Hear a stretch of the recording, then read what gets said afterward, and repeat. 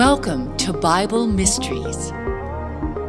You're listening to episode 101, CERN and the Abyss. What if there are secrets in the Bible the world doesn't want you to know? Are you ready to take the red pill? Now here are your hosts, Scott and John. Hi, Scott and John here. Yeah, folks, the world is fast approaching the end game, and we are trying to expose the upcoming deception before time runs out. We want to make this a full-time goal, and we need your support to fight the satanic global elite. So here's how you can help. Subscribe to the new Bible Mysteries Premium Podcast to listen to every episode ad-free, plus get full access to our special guest interviews and special events, downloadable show notes, our Bible Mysteries monthly newsletter, and access to a new community forum. Sure, so just go to biblemysteries.supercast.com, or you can click the link in the show notes to get started today. Thanks again.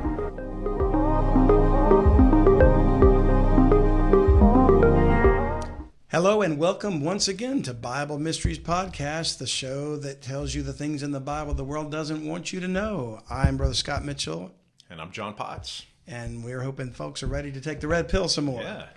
So we had talked 2 episodes ago about CERN and Super Collider and the experiments they were doing there.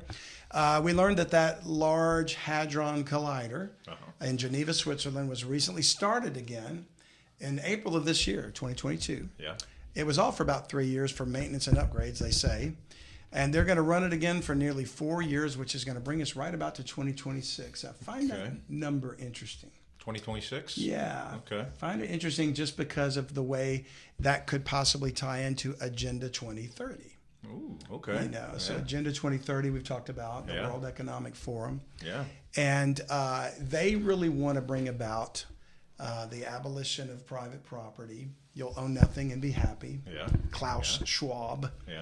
I think that's where the big push is right now. It's to try to get people to accept a whole new form of governance, a global government. Yeah. And so you think, well, what does that have to do with scientists in Geneva, Switzerland?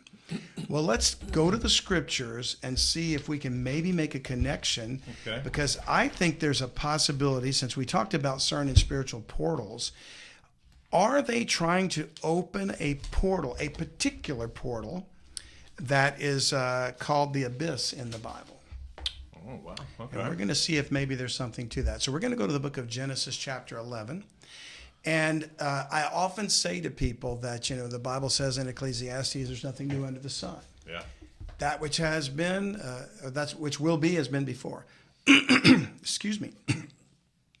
So it's sometimes good to go back and look at things that happened in the past. People say the biggest thing that's wrong is that we don't learn from history. I'm not phrasing that properly, but there's some saying about that. But it always repeats itself, right? Right, it does. And so the Tower of Babel was in Genesis chapter 11, where it says the whole earth was of one language and of one speech. Well, that right there is a one world government. Okay. Yeah. And it came to pass as they journeyed from the east that they found a plain in the land of Shinar, which today we would call Iraq. Back later on, it became known as Babylon, and you'll see why. And they dwelt there, and they said one to another, "Go to, let us make brick and burn them thoroughly." And they had brick for stone, and slime had they for mortar. And they said, "Go to, let us build us a city and a tower whose top may reach unto heaven. And let us make us a name, lest we be scattered abroad upon the face of the whole earth." So it's not just the tower, it's a city and a tower. Okay. But verse 5 is what's interesting to me. It says, "The Lord came down to see the city and the tower, which the children of men builded. And the Lord said, Behold, the people is one, and they have all one language, and this they begin to do. And now nothing will be restrained from them which they have imagined to do." And we talked about the Tower of Babel in another episode previously. But just to bring up the salient points again, John, I can't imagine that at this time, man's technical capabilities, because this is after the flood now. Yeah. The world started over again after Genesis 6. I can't imagine that their technical abilities were necessarily as advanced as to make a skyscraper, like you might find in New York or Dubai. And Dubai has some incredible buildings. Yeah. If you ever look at pictures of Dubai, it's like they're the tall. It's incredible. And so was this building taller than those that it got the Lord's attention? You have to ask yourself, was it the height of the tower that got his attention? No, I think it was the significance of it. It was something else. Yeah. Absolutely. And there was something very significant. I would argue that they were building a spiritual portal. Yeah. Genesis 6 was the Nephilim, right? The fallen angels came down, took daughters of men, and they had children of them, the giants, the Nephilim. And I believe that, as Ryan Peterson talks about, that it was an exchange for technology. It was an exchange for the knowledge, the wisdom, the dark arts. Which, by the way, do you think this is some technology here that people obtained from those fallen angels? In verse 3, it says, "Go to let us make brick and burn them thoroughly for stone." Is that technology that they potentially obtained through those fallen angels? It could be, but I think what they were doing was whatever they remembered and whatever they had from that time before the flood, they were using to reach out to build an altar or temple or platform or something to bring them back. Yeah. They wanted to entice the fallen angels to come back to bring them the technology that they wanted. Yeah. You know, and here they were when he says, nothing will be restrained from them which they have imagined to do. Well, men can imagine some pretty crazy things. So I think that's the key to knowing that what they would get if they reached this knowledge through the building of the city and the tower was unimaginable. You know, nothing could stop them. So that's why God confounded the language. They scattered the nations, and the city was called Babel. So for the Lord to actually come down to earth, which only happens, I mean, you're going to know this and I don't, but I think it's like rare. 5 or 6 times it's mentioned in Scripture, Yeah. maybe. Yeah. It's always a very significant event, right? So Usually. This is a very significant event where it says nothing will be restrained from them. So obviously he's looking down going, if they get this portal and they open it up and somehow whatever they're trying to reach, you know, they gain more knowledge. Yeah.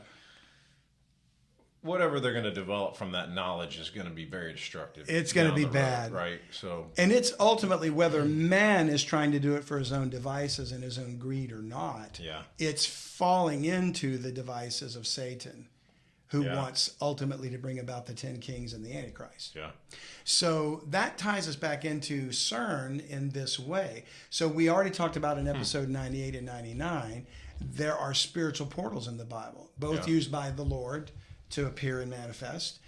We talked about Philip being caught up at Azotus, and we talked about John being caught up to heaven, and Enoch walked with God.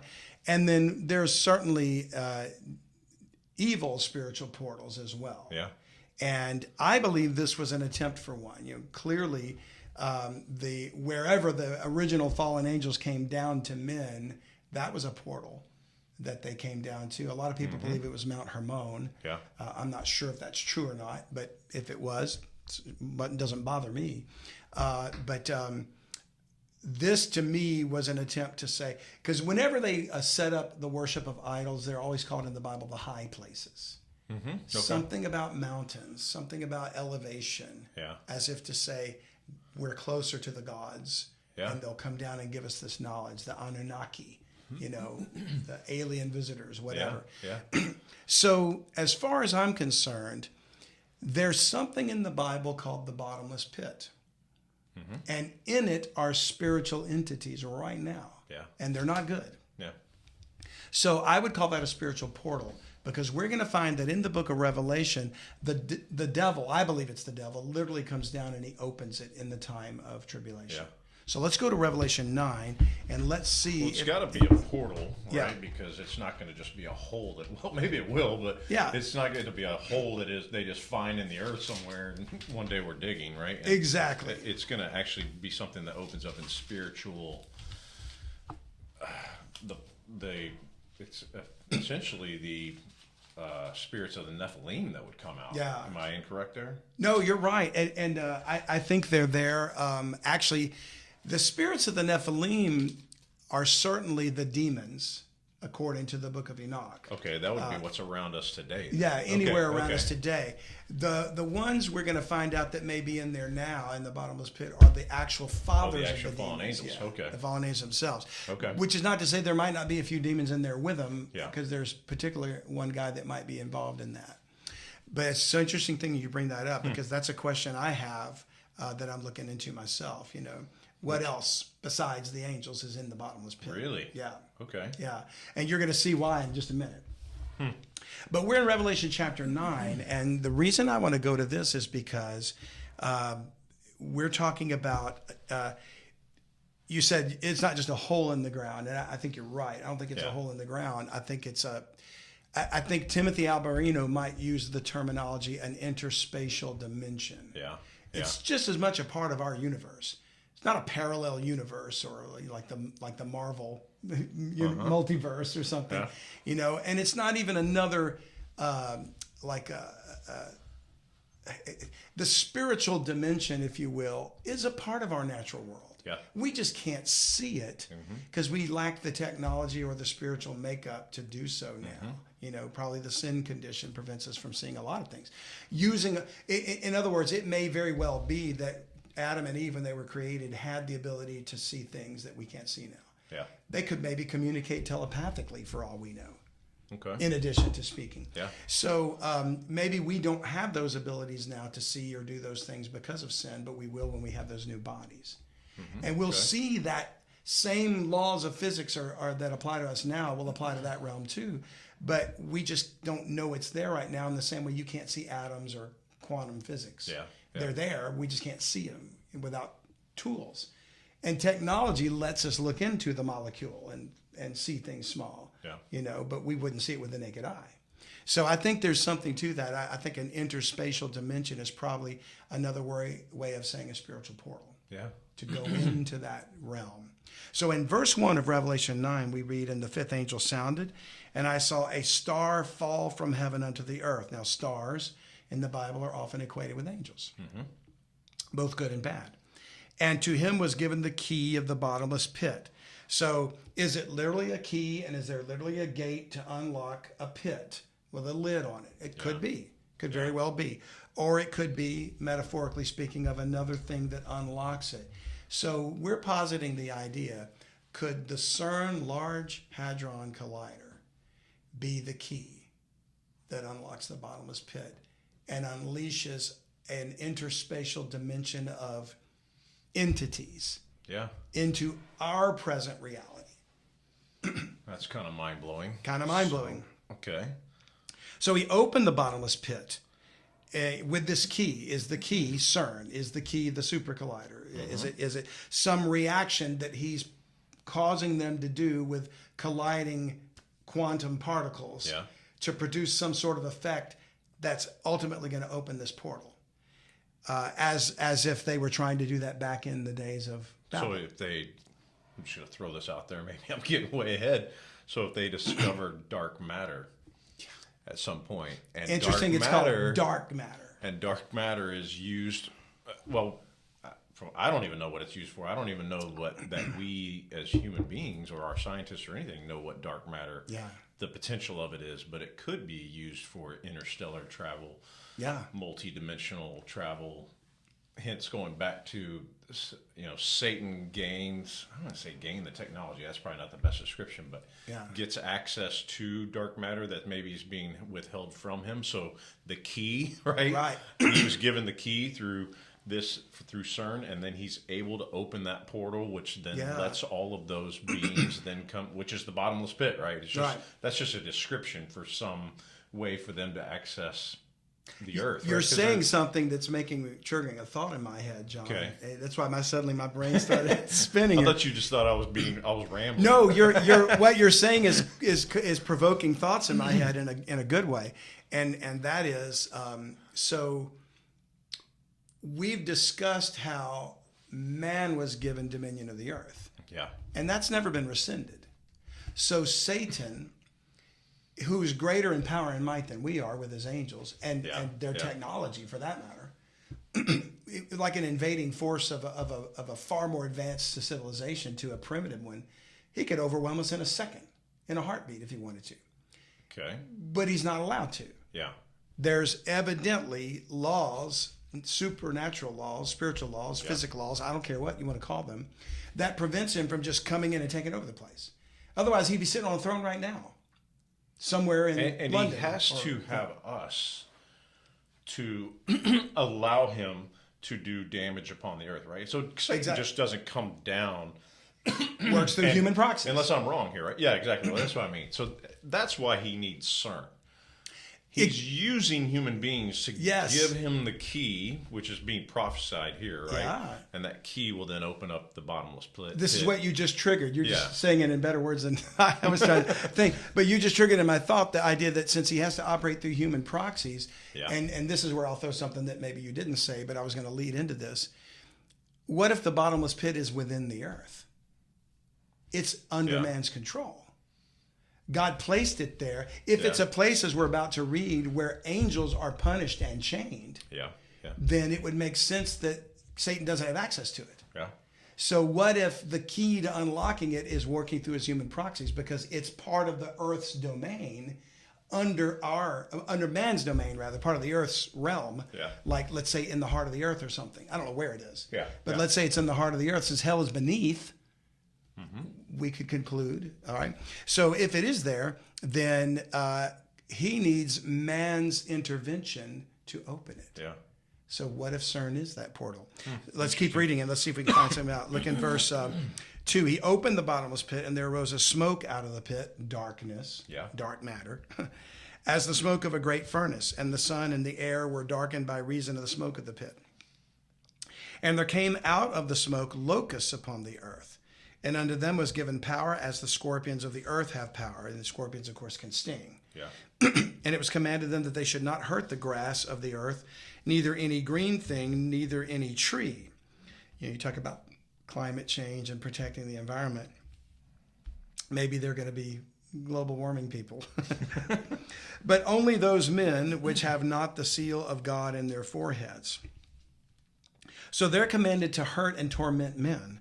And to them it was given that they should not kill them, but that they should be tormented or tortured 5 months. And their torment was as the torment of a scorpion when he striketh a man. I've never been struck by a scorpion.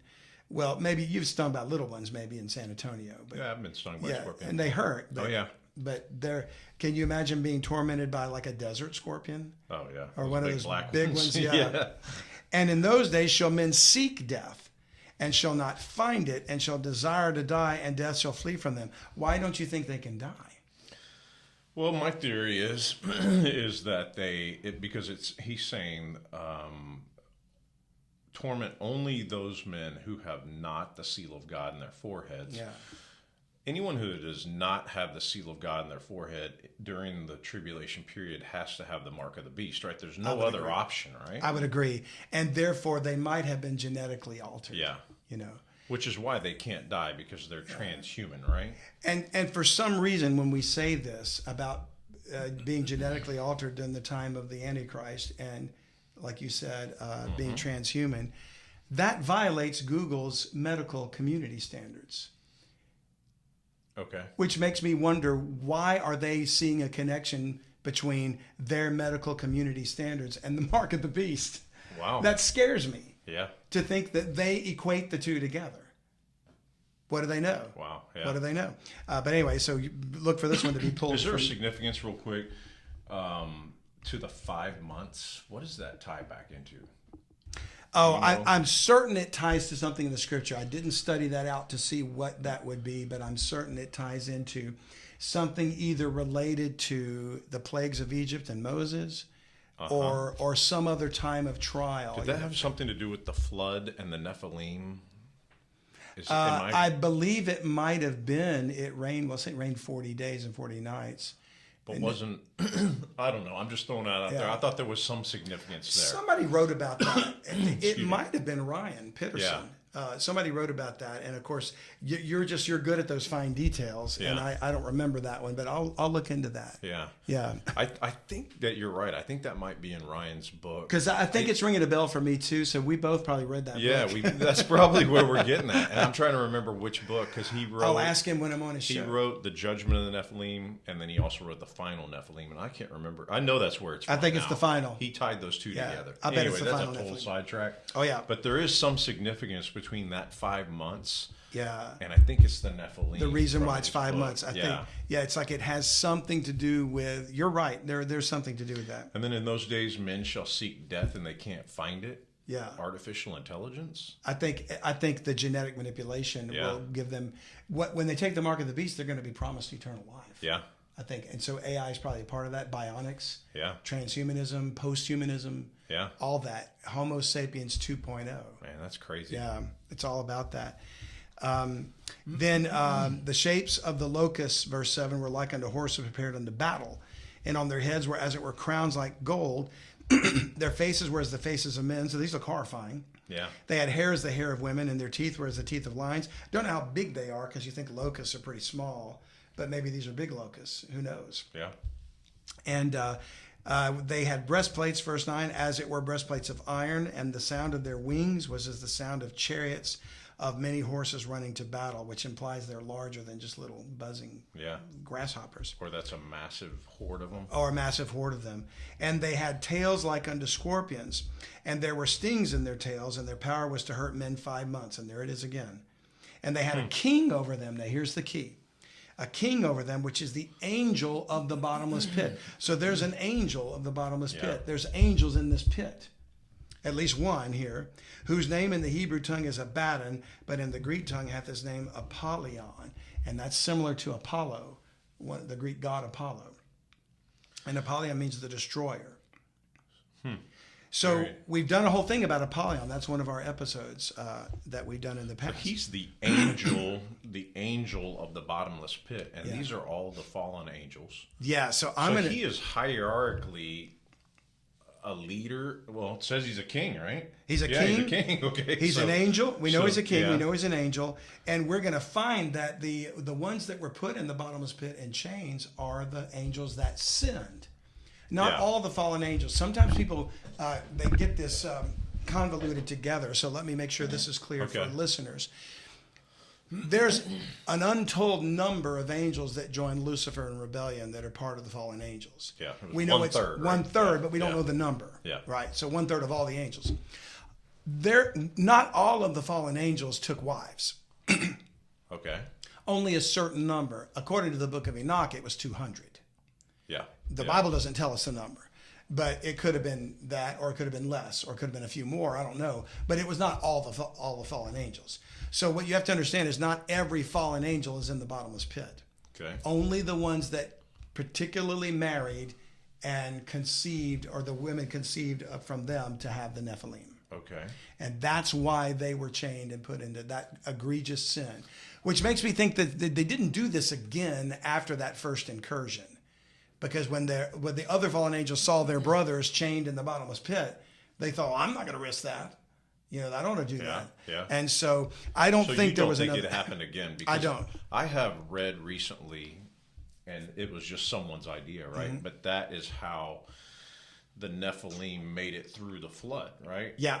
I know we've talked about it before, and you've done it on your podcast before. Yeah. That it came through the ark, right? Yeah. So I do believe it was genetic material that was latent in the wife of Ham. Yeah. Yeah. And that the giants that were in the land of Canaan came through that child, Canaan. Yeah. The son of Ham. Yeah. And therefore they were not direct Nephilim. They were the descendants of the Nephilim, which were called Rephaim. Yeah. And Anakites. So it would not have been more fallen angels that said, hey, let's go corrupt mankind like the original 200 did. Some believe they did. Yeah. Some teach that there was a second incursion on Mount Hermon. But there's nothing in the Bible that says anything about that. Nothing right? at all, yeah. Yeah. So we glean from because it's so weird to me that when you read about the sons of Noah, their names are Shem, Ham, and Japheth. And every time they're listed, it says, and Ham was the father of Canaan.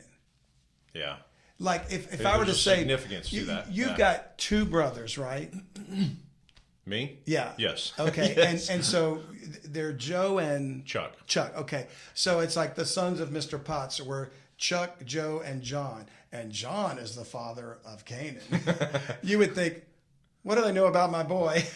He doesn't have a son named Canaan, by the way. Yeah. But you would think there's something notorious about that. Yeah. And then what do we know about the land of Canaan? An entire land was named after him. Canaan never did anything that we know of. He didn't build a city. He didn't rebel. We don't know what he did. But we know that in the land of Canaan were giants. So we conclude from that maybe Canaan was cursed.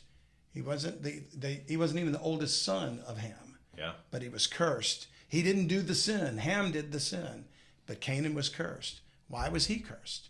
What did he do wrong? I think the look of him told you why. Yeah. He showed the traits of a giant, in my opinion. Wow. And that's why it happened. Hi, we hope you're enjoying the podcast, but I want to take a moment to remind you of something very important. There are secrets in the Bible the world doesn't want you to know. And the world is fast approaching the end game, and we want to expose the coming deception before time runs out. Freedom of speech is under attack, and evil elements within governments and multinational corporations are trying to prevent you from learning the truth. Scott and I are being censored by social media platforms as we speak. This is true, so you can help us use the satanic global elite's own tools against them. Subscribe to Bible Mysteries Premium Podcast so the controlled media can't shut us down. We can use our own platforms to help expose them and keep you informed. But to do that, we need your support. Help us to go full-time with Bible Mysteries. Just $7 a month gives you every current episode ad-free without these annoying appeals. You also get full access to our special guest interviews and special events, downloadable show notes, our Bible Mysteries monthly newsletter, and access to the community forum where we answer your questions. Just go to BibleMysteries.supercast.com to help us stop the assault on Christianity and free speech. And don't forget, you can always donate any amount to support us at utbnow.com. These gifts are tax deductible. Thanks again, and here's the show. Why it happened. Now go to Revelation 11, and where it says in verse 7, when there's the two witnesses here, and when they shall have finished their testimony, the beast that ascendeth out of the bottomless pit shall make war against them and shall overcome them and kill them. So now there's two things we know that are in the bottomless pit. There's an angel. Well, there's three, actually. There's an angel who's a king called Apollyon. Yeah. There's locusts. Yeah. And now there's this beast that ascends out of the pit. So the beast is not an angel, I think he might be a certain particular Nephilim demon that was also in Judas, a devil that possessed Judas. And that he also is going to be in perhaps Apollyon. So the beast is not Apollyon. He might be. He might be in the sense that he inhabits that body. Yeah. But I don't. I think in a sense it's kind of like the beast is the son of Satan. Yeah. Yeah. So I think he's going to be a physical Nephilim human. He's going to be a hybrid between Satan and a woman. Okay. And I think the beast that comes up out of the pit is that spirit entity, that Nephilim entity that's going to take over that body, I think, after it's killed. Okay. So I almost think that, because the Antichrist is going to be killed. Yeah, the mortal wound. In the middle of the week, and then he's going to rise from the dead the third day, imitating Christ, right? Wow. So that's a portrait of that. And then if you go to chapter 17, Revelation 17, still talking about the bottomless pit here, we read in verse 8, the beast that thou sawest was and is not and shall ascend out of the bottomless pit, implying he's been here before. Mm-hmm. He was and is not the deadly wound, and shall ascend out of the bottomless pit and go into perdition. That word means destruction, and Paul calls the Antichrist the son of perdition in 2 Thessalonians. Yeah. And the only other person in the Bible that was ever called the son of perdition is Judas Iscariot. Wow. By Jesus Christ. He called him the son of perdition. Wow. And he says, have not I chosen you 12, and one of you is a devil. Is a devil. And the word there in Greek is diabolos. It's only used of Satan. Not of. In other places, it's daimon, which is our English word demon. Okay. So devils are demons, but that particular devil. So Judas Iscariot was possessed by Satan himself? Yeah. Or maybe the spirit of Apollyon. Or something like that. Or this spirit, right? This particular, demon or devil. So Diabolos. Is this the unholy trinity we're seeing right here? Yeah, the Father, Satan, the Son, and the beast, false prophet is the Spirit. And Apollyon? Yeah. Or, Apollyon may tie into him somehow as another way, but there's definitely an unholy trinity. Wow. Absolutely. So, And it says, and they'll go into perdition, verse 8, and they that dwell on the earth shall wonder, whose names were not written in the book of life from the foundation of the world. In other words, they don't have the seal of God, when they behold the beast that was and is not and yet is. So he's going to come with this strong delusion. Now, what I'm trying to say is this pit is the abyss. And maybe it's a spiritual portal, and it's a real thing. It's a real location. Yeah. It contains these entities. It contains these locusts. I wonder if the locusts aren't the devolved fallen angels that sinned. I don't know that they are. Yeah. But I wonder if they are, because if you go to 2 Peter chapter 2. I think it's, while we're going there, very interesting. I've read this, or I've read this before. Just the term. When they behold the beast, right? That was and is not and yet is. Yeah. It's almost like a riddle. Yeah. Oh, yeah. He's existed before. And the idea is, I think it's... He was, which means he was. He can possess bodies. But is not, which means he's not here now. He Yes. was here, but he's not here now. But yet he is. He shall ascend. Yeah. That's like... It takes a little bit to decipher. Oh, yeah. For the simple minds like myself. Well, and Ryan did quite a treatment on that in the final Nephilim. He goes through the different manifestations of what could have been other manifestations of the beast. Okay. Yeah, in history, you know. So get that book, folks. You'll enjoy it. 2 Peter chapter 2 verse 4 says, "For if God spared not the angels that sinned, but cast them down to hell, and deliver them into chains of darkness to be reserved unto judgment." And the word hell there is the word Tartarus, Okay. which is translated as the abyss. Okay. So I believe that it's the bottomless pit. That's where the angels are chained. Now, it could be another location, but in my mind, they're there. So, and that's also proven in the book of Tartaru is called, in Greek, that's the word for hell. It's the name of the subterranean region, doleful and dark, regarded by the ancient Greeks as the abode of the wicked dead, where they suffer punishment for their evil deeds. It's answers to Gehenna of the Jews. To thrust someone down to Tartarus, to hold captive in Tartarus, means they're like in chains. Yeah. I think the angels aren't just walking around in hell with the other humans that died. Yeah, they're In separated. Gehenna. I think they're separate. Yeah. I think it's the abyss. Because they're unique creatures that could probably use the spiritual portal to get out if they weren't chained. Yeah. You know? Yeah. And if you go to Jude, the book of Jude, and there's only one chapter, so go right to verse 6. Jude mentions the same event, those angels that sinned, in verse 6, when he says, "And the angels which kept not their first estate, but left their own habitation, he hath reserved in everlasting chains under darkness, unto the judgment of the great day." So I would contend that this place called Tartarus is the same place Jude is referring to, darkness and chains. The angels that sinned, however many there were, are there, and they're going to be released. It would make sense that if the angel that is given the key to the bottomless pit could release his brothers, you know, he talked them into doing it in the first place. Hey, go take wives. We'll corrupt the bloodline of man so the seed can't be born. Well, it didn't work. And God had another plan. So those angels that did that deed were killed in the flood along with their children. God probably allowed them to see their children die, the giants, in the flood, and then they themselves were taken by God's mighty angels and cast into the abyss and chained up. And maybe they are devolving into these locust creatures. Yeah. You know, maybe that's what they are now. They're like these hideous looking things, monsters, Yeah. where they were these beautiful looking angels at some point. You know? So the question is, in chapter 9 of Revelation, the angel comes down with the key to the bottomless pit. Is that Satan? He's a fallen angel. Yeah. I believe it is. And is he using CERN as the portal to unlock the abyss or dark matter to unleash on the world? Wow. It may very well be that that's what's happening. Of course, the scientists that work there aren't going to say that's what they're doing, but what are their objectives that they report? If you go to the CERN website, if you look at their stuff, what is dark matter? Yeah. That's what they're trying to find out. CERN's all about locating what is dark matter. People might call it antimatter. They're trying to find a means of propulsion to go interstellar travel. Yeah. You know, they're looking for wormholes. Basically, they're Einstein, Rosen, or something. I forget the other name. but a fold in space where they could transverse millions of light years in a very short distance without traveling at the speed of light. Yeah. So they're trying to find a dark matter. They're trying to find other dimensions of time and space. So like Timothy Alberino refers to interspatial dimensions. Yeah.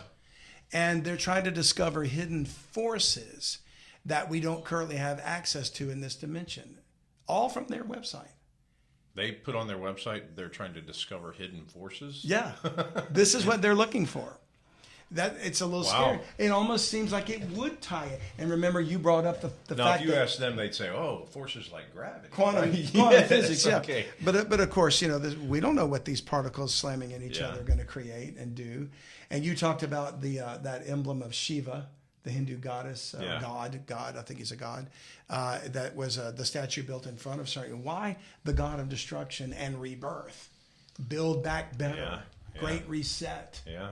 Agenda 2030. It's all. So when we talk about they're going to run it 4 years to 2026 from today, well, 2030, in my opinion, is when the Antichrist is going to be declare himself to be God. I think that's a good year, we could say. I don't know that. Yeah. But I'm basing it on a day with the Lord is 1,000 years. Yeah. 1,000 years is one day. Christ was crucified in AD 2033 by the Julian calendar. Yeah. Or AD 33, excuse me. So AD 2033 would be literally 2 days later. Okay. 2,000 years, yeah. So 2033, if, speculating and just guessing, if that was the year Christ came back, then it's 3 years after the Antichrist declares himself to be God. Wow. Middle of the week. So what begins the week? 2026. What does the week begin with? Opening, unleashing the things, or whatever. So somewhere in there. I mean, it doesn't start right away. So go to Daniel 12, and we'll try to wrap this up because we've talked about this before as well. And Daniel was told to seal something in chapter 12, to seal a book. And we'll start reading in verse 1 for the context. Okay.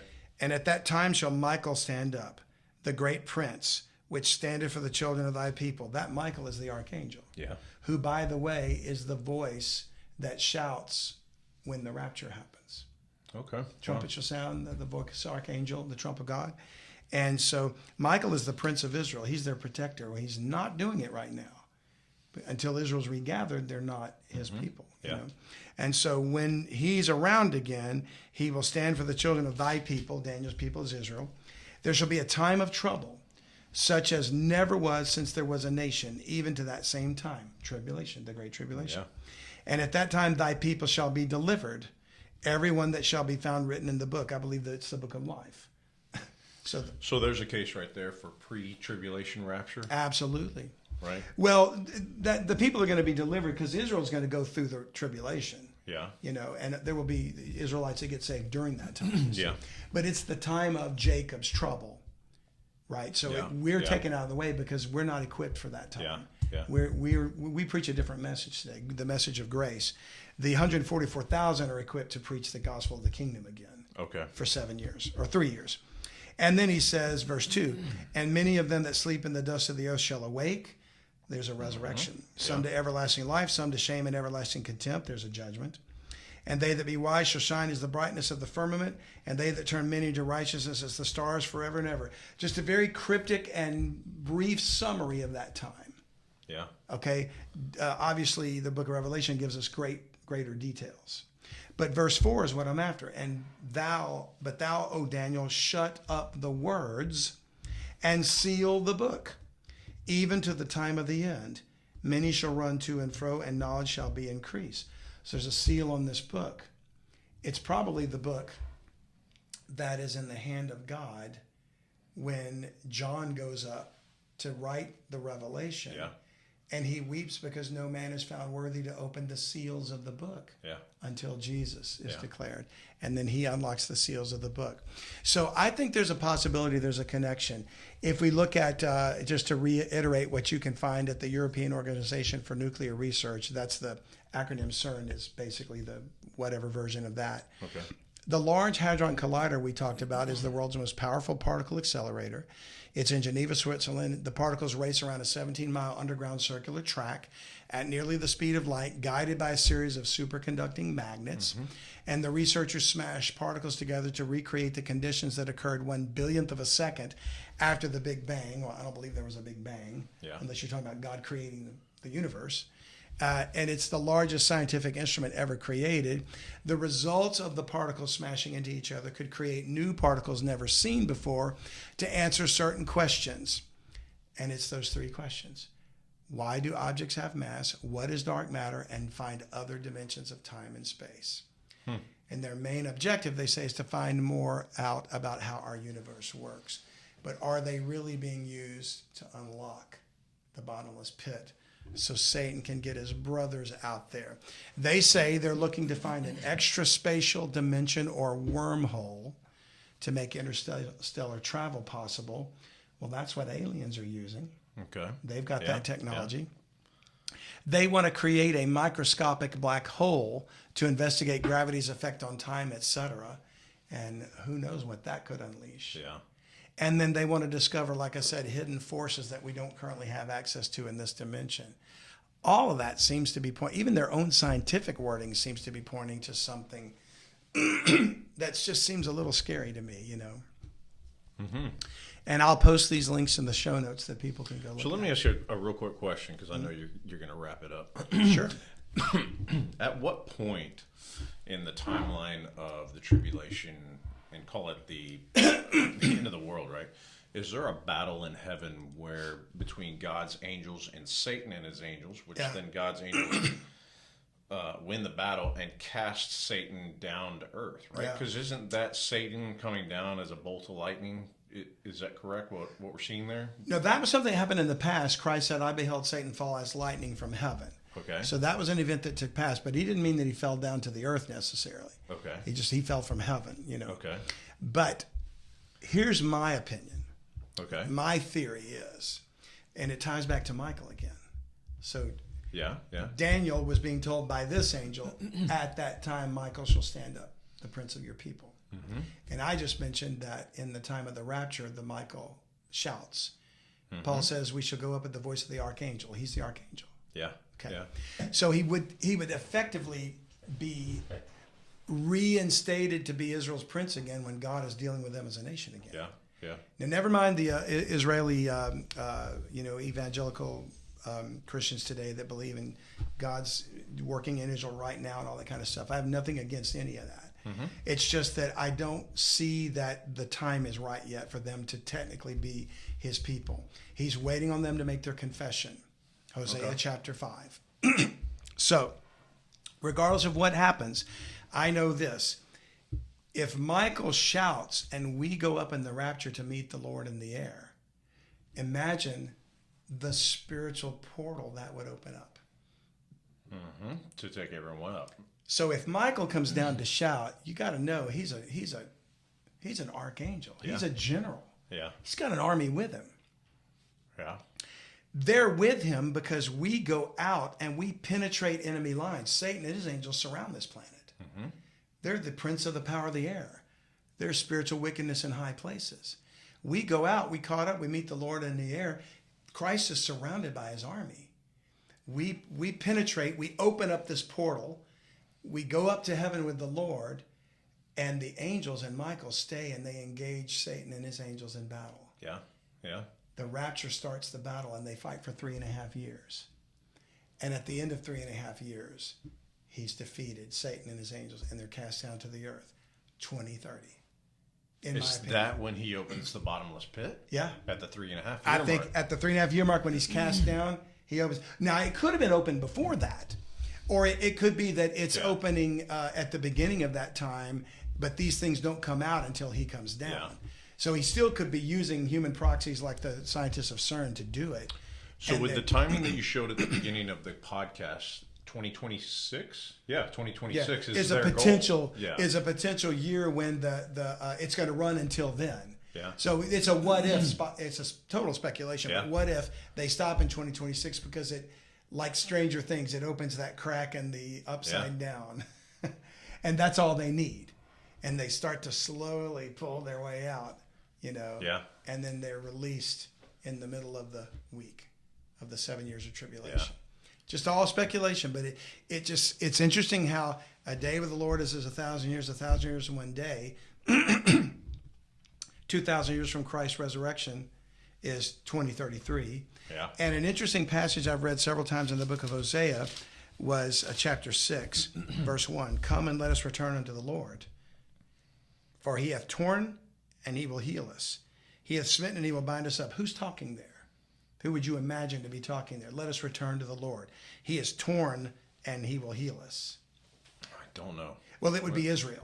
Okay. Because right Okay, before that that, makes sense, yeah. right before that in chapter 5, verse 15, he said, I will go and return to my place. It's the Lord speaking. Yeah. Till they acknowledge their offense and seek my face. In their affliction, they will seek me early. Time of Jacob's trouble. Yeah. The affliction. So Christ was crucified, buried, rose again the third day. He returned to his place, hiding his face from Israel until they make their confession and acknowledge their offense. Yeah. Which is the very thing that happened when Daniel figured out God would have Israel in captivity for 70 years in the history of Babylon there. Yeah. He started to pray and he made his confession for his people Israel. That's when the angel appeared and told him the things that he wrote down. So what happens when Israel makes their confession? Come, let us return unto the Lord. Chapter 6, verse 1. He hath torn and he will heal us. He hath smitten and he will bind us up. Now watch verse 2. After 2 days he will revive us. In the third day he will raise us up and we shall live in his sight. Day with the Lord is as 1,000 years. After 2,000 years, he will raise us up. What if that all ties together? And what if Israel will make their confession when the rapture happens? And actually, I think it's going to be during the battle of Gog and Magog, which could happen before the rapture. That's pretty fascinating stuff there. Or could be culminating as we go up. It could be that the rapture happens, we go up, the angelic war engages in the heavens between Michael and his angels and the devil and his angels. Yeah. Meanwhile, back on the earth, Gog and Magog attack Israel. Yeah. And then God protects them and defeats Gog and Magog, and that starts the 7 years of tribulation. That's kind of what I think is going to happen. Well, it's going to be a short battle. Yeah. Yeah. But the battle between the angels will be 3.5 years, it looks like. And then when Satan's cast down, that appears to be when he unlocks the pit. So maybe the portal is opened and the way is made for him to go finish the last bit of it. Yeah. Maybe the last little piece of the key is needed from the technology he brings them or something like that. And there's because they're probably going to appear as extraterrestrials claiming to be our ancestors. Yeah. When he appears. Because how else are we going to explain the appearance of all these angels showing up on the earth, if they're cast down? Yeah, absolutely. Yeah. Interesting stuff. That's crazy. That was a good one. Yeah, I enjoyed it. I really did, and I hope you guys did too. So yeah, thanks for listening today. As always, don't forget to go to utbnow.com to learn more information if you want. Subscribe if you haven't already, and if you are a subscriber, thank you so much. And John, until next week, we'll see you guys. Yeah, sounds great. Take care. Thanks again for listening, and don't forget to subscribe to Bible Mysteries Premium Podcast. You can even gift a subscription to a friend. That's right. Remember, just go to BibleMysteries.supercast.com to join and help us expose the satanic global elite, or make a tax-deductible donation at utbnow.com. We need your help to fight the global censorship of the truth. Thanks for your support.